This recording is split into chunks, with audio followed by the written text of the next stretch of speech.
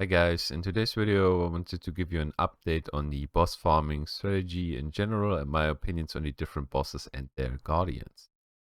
Shaperguardians and the Shaper. This strategy is still a guaranteed currency gain no matter if you are just farming the guardians or you kill the Shaper in the end. Guardians always drop a fragment that already has near the value of the map that you buy, if not more.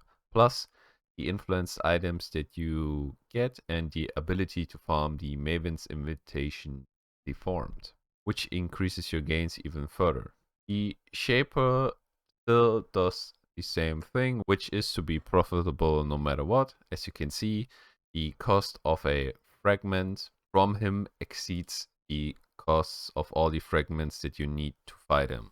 So if you are not rich and just want to make money at a steady pace, this strategy is still the way to go. Elderguardians and the Elder. Before patch 3.20, if you wanted to increase the chance of getting a Watcher's Eye jewel by 10%, you had to take Gaze into the Abyss. Well, in 3.20, GGG removed the Atlas passive and just built the node into the game. So the base chance of getting one now is 35% instead of 25%. I think this and other reasons increase the profitability of the strategy. The Elder Guardians are profitable by themselves.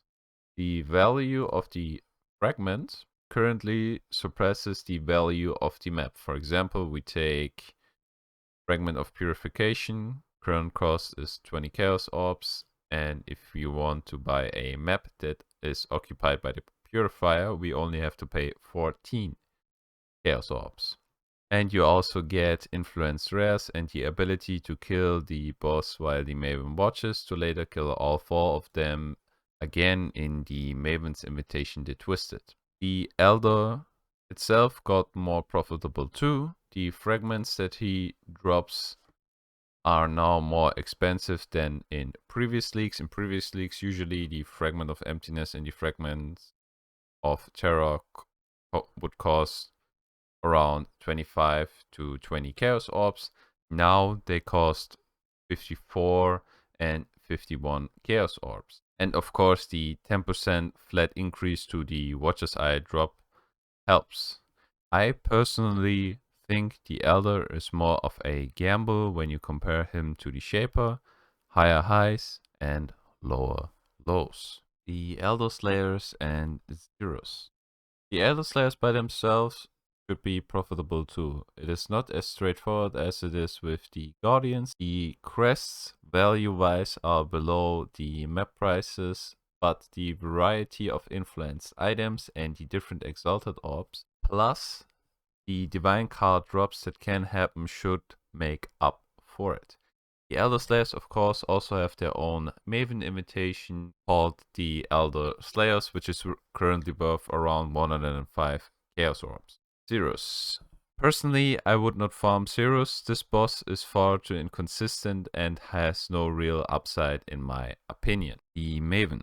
Maven is still a boss that I would only recommend to players that have some kind of money saved up because of the Brit price, which is currently at around 196 Chaos Orbs, or are getting splinters through invitation farming. The Maven can drop some of the highest value items in the game.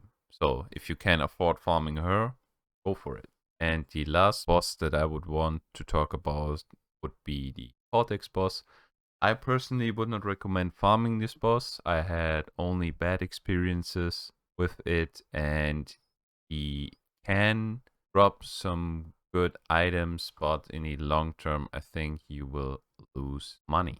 Alright, I hope you found this video informative and I wish you guys a wonderful day. Bye bye.